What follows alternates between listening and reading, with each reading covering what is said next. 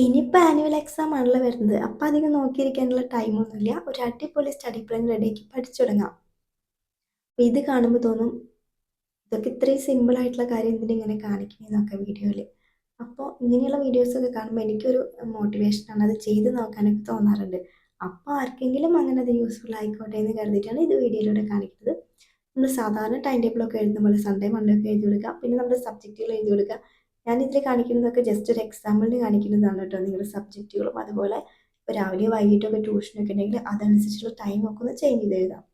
പിന്നെ ഇനിയിപ്പോൾ hard work ചെയ്യാതെ രക്ഷയില്ല. അതായത് കുറച്ച് നേരത്തെയൊക്കെ എണീക്കേണ്ടതായിട്ട് വരും. രാവിലെ നമ്മൾ 7 മണിക്കാണ് സാധാരണ എണീക്കാറുണ്ടെങ്കിൽ 1 മണിക്കൂർ നേരത്തെ ജസ്റ്റ് ഒരു 6 മണിക്ക് എണീക്കാനായിട്ട് നോക്കാം. എന്നിട്ട് നമ്മൾ പിറ്റേ ദിവസത്തേക്ക് പഠിക്കാനുള്ള സബ്ജക്റ്റ് അല്ലാതെ എക്സ്ട്രാ വേറൊരു സബ്ജക്റ്റ് എടുത്ത് പഠിക്കുക. ഇപ്പോൾ ഇതാ സൺഡേ ആയതുകൊണ്ട് ഞാനിങ്ങനെ കുറച്ച് ഫുൾ ഫ്രീ ആണല്ലോ. അപ്പോൾ ആ ഒരു ടൈമൊന്ന് സെറ്റ് ചെയ്ത് ജസ്റ്റ് എഴുതുന്നുണ്ട്. ബാക്കിയുള്ള ഡേയ്സൊക്കെ വർക്കിംഗ് ഡേയ്സ് ക്ലാസ്സുള്ള ഡേയ്സ് ആയതുകൊണ്ട് ചെറിയ രീതിയിലാണ് ഇതിൽ സെറ്റാക്കി എഴുതുന്നുള്ളൂ. ഇപ്പോൾ നമ്മൾ മൺഡേ 6 മണിക്ക് രാവിലെ എക്സ്ട്രാ ടൈം എഴുതി പഠിക്കുന്നത് ഒരു മാത്സ് ആണ് സബ്ജക്റ്റെങ്കിൽ നെക്സ്റ്റ് ഡേ കെമിസ്ട്രി ബയോളജി നമ്മുടെ ഏതാണെന്ന് വെച്ചാൽ വേറെ സബ്ജക്റ്റ്. അങ്ങനെ ഓരോ ദിവസവും ഓരോരോ സബ്ജക്റ്റായിട്ട് പുതിയതായിട്ട് ആ രാവിലെ എണീക്കുന്ന ടൈം പഠിക്കാനായിട്ട് നോക്കാം. ഇങ്ങനെ ഒന്ന് ട്രൈ ചെയ്ത് നോക്കുക. അപ്പോൾ വീഡിയോ ഇഷ്ടപ്പെട്ട് ലൈക്ക് ചെയ്യുക, സബ്സ്ക്രൈബ് ചെയ്യുക, കമൻറ്റ് ചെയ്യുക. ഇത്രയേ ഉള്ളൂ. ബൈ.